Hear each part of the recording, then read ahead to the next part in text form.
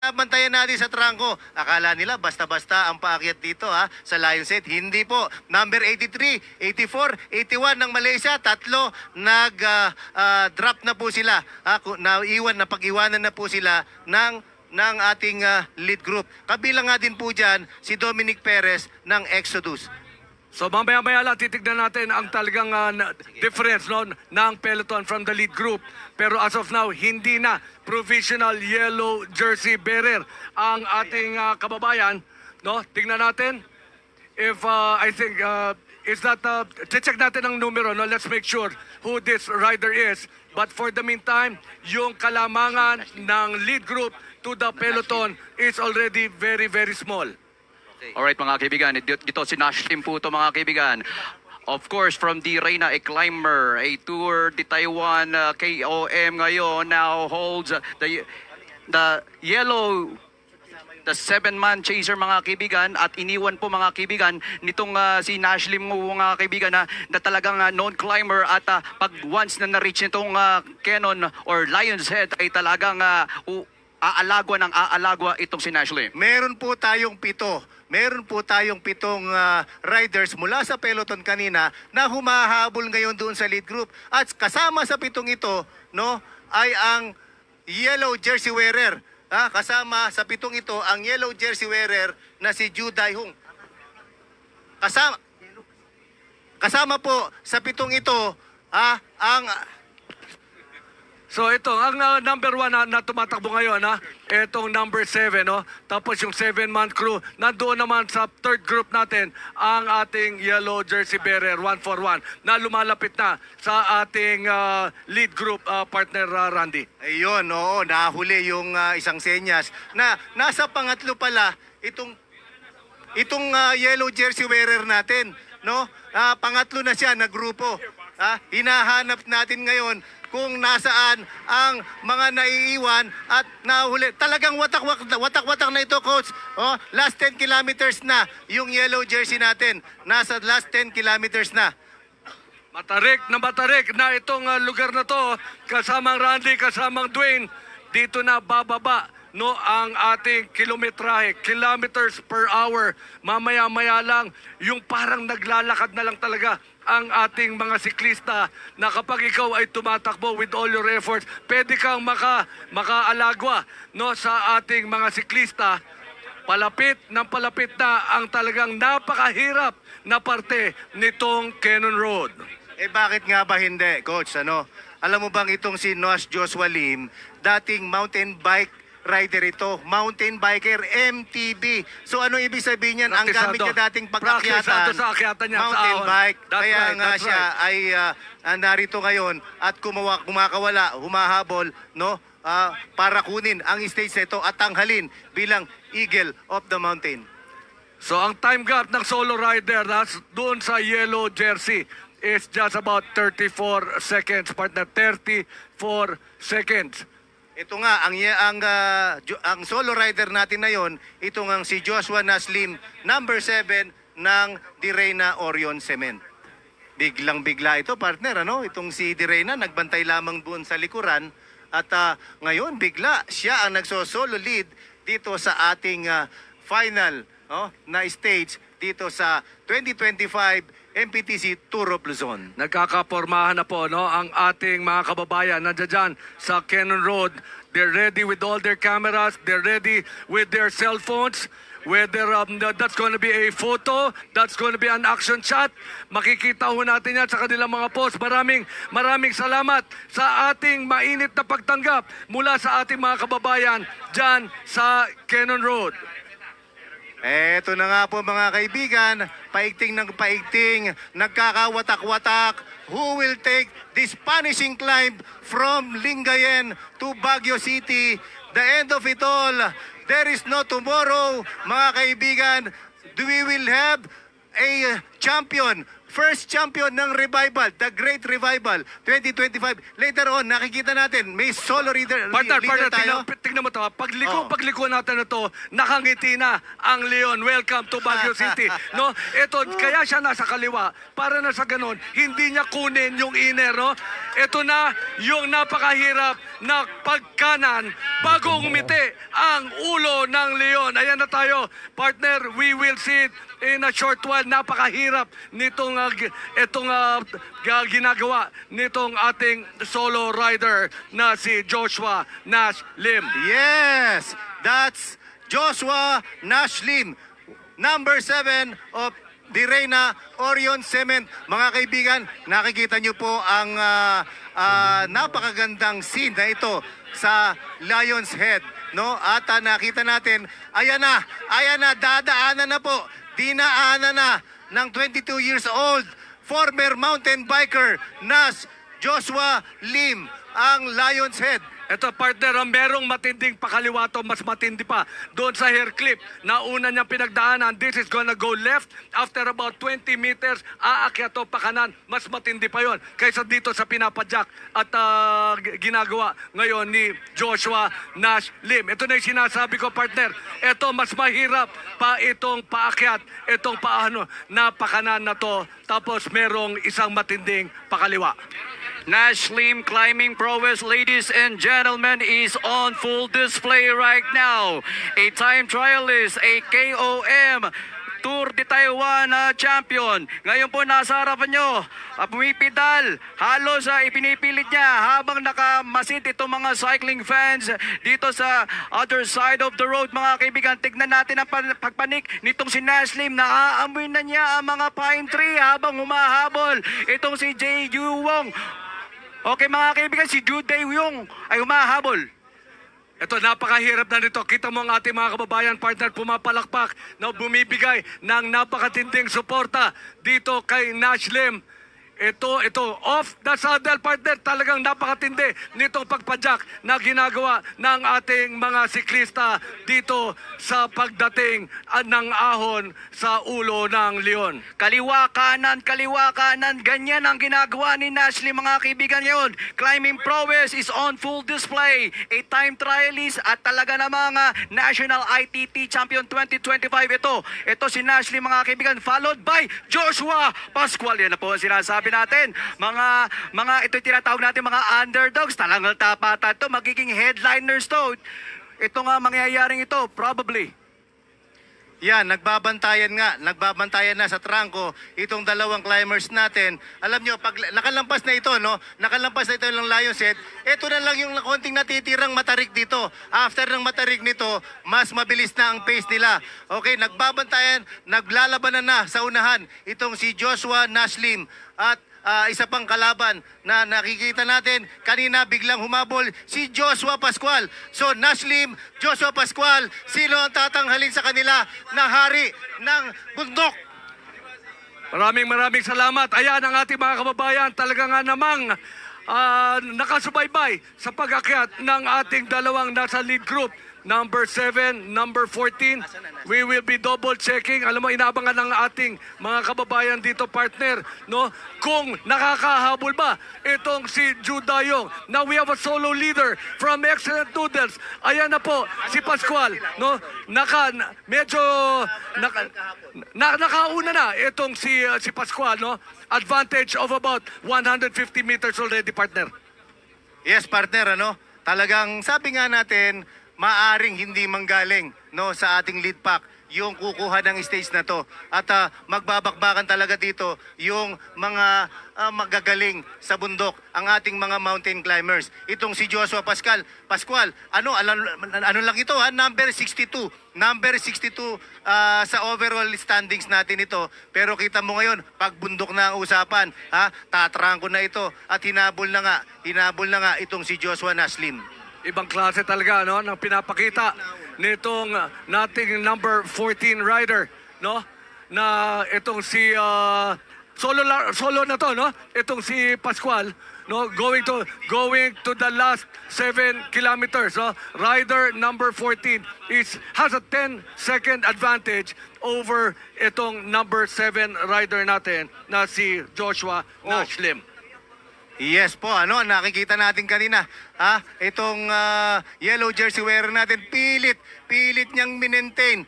Actually, ito pong si Judah yung kanina ay nawala na to eh. Sa overall leaders, nahabol na siya ni Mervin Corpus. At ngayon, nakakabalik na ito, kinain na niya uli yung lamang ni Mervin Corpus. Ang nagbabakbakan ngayon, ito nga si Joshua Naslim at saka itong si Pascual. So meron tayong third group dito, partner, no? Itong si John Paul Morales, JP Morales is in the third group, number 103. Nandyan rin sa third group na si Rostom Lim. Rostom Lim is already trying to catch up with our leaders. Mahaba-haba pa itong padyaka na nakikita natin dito, no? Aabutin pa to ng ating second group. Yan ang malaking katanungan dito. Tignan natin. Ang elapsed time natin, halos 4 na oras na tayo from kilometer 0 at 12:09 na po. We're expecting them to be here by 12:25 to 12:30 dito po sa Camp Janhe sa finish line. So, by the way, ito si Joshua Pascual, 23 years old of Excellent Noodle Cycling Team, national champion back-to-back in gold medalist in 2023, national ITT silver medalist in 2024, at siya po ang naging suyo king of the mountain way back in 2024. Siya Okay, po ngayon po ang... right now, number 14, Joshua Pascual. 10 seconds advantage over number 7, Joshua Naslim. Number 7, Joshua Naslim pumapangalawa. Kanina umabante agad itong si Lim. Ngayon po, hinahabol na siya at ngayon lamang na itong si Joshua Pascual who is 10 seconds ahead of Joshua Naslim. Alam mo, napakalaki no, ng naging kalamang at number 62. He is down by about 10 minutes against the yellow jersey bearer na si Judah Yong. Pero dito namamayagpag, no? Ang talagang malakas na pagpadyak nitong ating very young rider. Ang tindi ng pagbabalik dito, Randy, no? Talagang may kita mo ilan ang inovertaken, no? Ilan ang matinding mga riders natin ang kanyang naunahan dito sa pag-akyat. Let's see if he will be able to sustain, no? Tignan natin if he will be able to sustain this kind of an effort going to the finish line. Alright mga kaibigan, ito once again under your very nose mga kaibigan, Joshua Pascual from Nueva Vizcaya mga kaibigan. Well, itong si Nash Lim from Quezon City, ito nakikita nyo mga peloton at mukha namang itong si Jude yung ay nagbibilang ng mga riders para makapunta dito, ma-motivate siyang makapunta sa harapan ngayon. Yes, Joshua Naslim, Joshua Pascual, parehong Joshua ito, no? Labanan ng mga Joshua. Pascual from Excellent Noodles at itong si Joshua Naslim from Di Reyna. Nagbabakbakan sila kanina at ngayon palayo ng palayo itong si Joshua Pascual.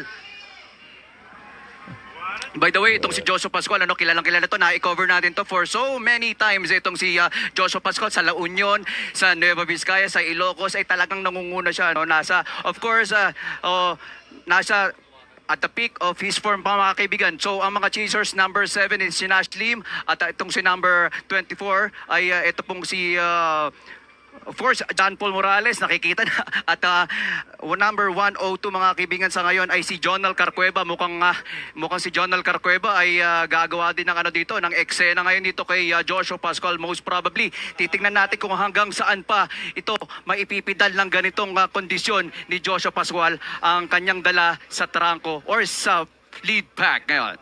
So iba klase talaga nagiging effort, no, ng ating mga siklista. Hindi pa natin alam kung sino mananalo dito. Lead rider natin, ang speed bumalik na sa 20 kilometers per hour, no? Lowest is about 3 kilometers per hour. Pero ngayon, talagang nakakatrangko na sila, nakakapadyak. Bumibilis na, and they're getting excited to actually be here at the soonest time. Yes, and it's Joshua Pascual leading right now, number 7 at ang kasama po natin sa kanilang grupo itong humahabol, itong number 7, itong si Joshua Naslim, ang number 24, ito pong si John Paul Morales, no? Talagang ayaw bumitaw nitong si John Paul, and 102, ito pong si Jonel Carcueva. Jonel Carcueva, John Paul Morales, at ito pong number 7, no? Ngayon, narito po sa third group, number 103, number 112, number 67, number 106, number 72, number 11, 61, 65, 151, 21, 26. Yan po ang ating humahabol. Walang 1-for-1, partner. Walang 1-for-1, no? Kinatutuwa ng ating mga kababayan, no? Pero ang ating yellow jersey bearer na si Ju Dayong nasa fourth group. Nasa fourth group siya pero hindi pa naninigurado, no? Hindi pa naninigurado ang ating lead group dahil napakalapit na ng ating third group at saka fourth group dito. Talagang nakikita natin itong si Joshua Pascual, batang-bata rin ito, no? Just like itong si Joshua Naslim. Itong si Pascual, 23 years old, 19th Asian Gamer ito, no? At National Open champion din ito. Nag-second ito sa National Open ITT. And now, nasa last 5 kilometers na tayo. Last 5 kilometers. Ladies and gentlemen, we are now going to the final 5 kilometers of this stage and of this whole race. Number 14 from Excellent Noodles. Partner, nangunguna dito, no? Number 14 na si Joshua Pascual. Namamayagpag po sa pag-akyat dito sa Cannon Road. And the story here, partner, yung agawan sa overall leadership nitong si Jude Dayong at si Mervin Corpus. Kanina, talagang lumayo na si Mervin, no? Lumayo na siya at lumamang pa nga siya ng 2 minutes and up to 40 seconds. 2 minutes and 40 seconds. Unti-unting tinapya siya sa overall leadership. Nagkawalaan dito sa akyat na ito. No? Sa akyat Nawala na ito. yung provisional leadership nitong ating namamayagpag kanina na rider, no? Pero ngayon, ang katanungan dito ano ang magiging finish dito ni Jude Dayong? Ano ang kanyang magiging numero dito? Is it enough? Is it more than 2 minutes and 10 seconds? No? Para talagang matuloy niya ang kanyang pamamayagpag sa GC ng individual runners. Yes, coach. At papalapit na ng papalapit. At going, no? Going and still going. At the lead, itong si Joshua Pascual, number 14, 23 years old, 19th Asian Games participant, second sa National Open ITT, and fourth sa National Open Road. Dating membro ito ng national team, and now, no, lumalaban, and mukhang kukunin na itong stage na ito. Nasa fourth group, partner, nasa fourth group si Jude Dayong. From number 1 up to the number 8 stage natin, talagang namayagpag itong si Jude Dayong wearing the yellow jersey, partner, no? Wearing the yellow jersey. So ito si Joshua Pascual, hindi lang siya road racer, dating mountain biker, ano, from Solano, Nueva Vizcaya. Successor ito ni Carlo Gieb at nila Domingo Kilban, including itong si Ryan Tugawin at of course yung mga other riders from Nueva Vizcaya. Yes, partner. And right now, mga kaibigan, patuloy na nagkakawatak-watak. Kung nakikita nyo, iba-ibang grupo na po ito at pinipilit nilang tapusin ang yugtong ito na kung saan nangunguna nga itong si Joshua Pascual na ngayon ay malapit na dito sa finish. Napakaraming tao, even to the finish ay matindi rin ang akyatan, no? Ang leading rider na to yellow jersey natin ngayon is 1 minute and 30 seconds. Ibig sabihin, itong si Joshua, 1 minute and 30 seconds na ang layo sa yellow jersey wearer natin. Nakadaan na tayo sa Loacan Airport, partner. Malapit na ang pagdating ng ating karera dito sa Camp John Hay. Ito mga kaibigan, Joshua Pascual mga kaibigan, ano? Itong si Joshua Pascual talagang kinikilala to. Pumasok sa Excellent Noodles in 2022 at naging second best young rider at rookie ito ng Ronda Pilipinas. Maraming salamat, ano, sa iyong napakaraming report kasamang Dwayne. Partner, talaga namang matinding ang build-up, no, ng ating mga kababayan dito sa Camp John Hay. Maraming salamat din sa lahat, no, na tumigil ng mga motorista dyan sa Cannon Road, making sure na lahat ng klaseng suporta mabibigay sa ating mga siklista. By the way, itong if ever kinuha ito ni Joshua Pascual, siya ang susunod na King of the Mountain. Talagang humalili siya sa paghahari ng dating mga predecessor niyan like Domingo Kilban at Carlo Gieb. Ayan po ang ating mga inaabangang mga malalaking mga pangalan, no? Sooner or later, no? Pero alam mo yung pag-mention ng mga King of the Mountain nung araw, talagang kinatutuwa nila yan, partner, no? Sila ay nanonood, nakasubaybay at alam nila kung ano nangyayari sa ating Tour of Luzon. At nakikita nga natin kung nangunguna na itong si Joshua Pascual, yun naman dalawang nagbabakbakan, no, para sa overall leadership ay nakasunod na ngayon, magkadikit na ngayon itong si Juday Yung at saka itong si Mervin Corpus. Ibig sabihin, magkadikit sila ngayon sa yutong ito ng karera. Ano, nasa likuran lang ni Juday Yung itong si Mervin Corpus. Ibig sabihin nun, yung 2 minutes and 10 seconds na lamang ni Juday Yung ay mukhang hindi na makakakain itong si Mervin Corpus. So alam na alam talaga natin, no, na pag dumadating ang last 30 kilometers, bigla na lamang, no, na mamayagpag ang pagpadyak ni Juday Yung. At yun na naman ang nagiging kwento dito kasamang Randy, naging provisional leader, yellow jersey leader ang Pilipino ng napakatagal. But going to the final 30 kilometers, nagparamdam na naman si 141 Juday Yung. Joshua Pascual, a sleeping giant from Nueva Vizcaya. Ngayon po ay mukhang halilihan ng kanyang mga predecessors like Carlo Gibb at itong si Domingo Kilban. Gagawa ng pangalan sa kabundukan at most probably will take the King of the Mountain katulad ng ginawa in 1966 and 1969 ng kanyang predecessor na si Domingo Kilban during the Tour of Luzon. Last 3 kilometers na po tayo, no? Malapit na tayo dito sa ating finish line. And Randy, mukhang ang ating inaasahan, no, na biglang pagbalik nitong si Juday Yung ay nangyari. We're now running at 20 kilometers per hour at medyo talagang napakahirap na dito para kay Mervin Corpus, partner. Yes, no? At inaasahan natin na yun na nga, mananatili ang yellow jersey at ang mukhang ito na nga ang tatanghaling kampyon, itong si Juday Yung. Dahil kanina yung lamang ni Mervin Corpus natapyas ng natapyas, nawala sa lamang, nahabol. Ngayon nasa third chase group na lang sila and titignan natin kung makakalayo pa. Dito may konti pang akyat, no? Final 5 kilometers sila nung pumasok. Kung may konti pang akyat, mabawasan man lang yung lamang at patuloy pa rin si Joshua Pascual na nasa unahan. Malapit na partner, na malapit na siyang makarating dito sa ating finish line. Pinadama, no, partner, pinadama ang mga Pinoy, pinaasa, no? Kanina nandoon lang siya sa likod. Hindi natin inaasahang makakabalik pa itong si Juday Yung. But going to the final 30 kilometers, kahit na naplatan pa ito, ang tindi ng ibinalik dito sa karera. Yes, kung nangunguna ngayon si Joshua Pascual, kanina head-to-head sila ni Joshua Naslim, nagbabantayan, nagunahan, hanggang sa makapungos nga itong si Pascual at sinimulan mag-solo leader. Sa ngayon, ang humabol na sa pagpapang pesto,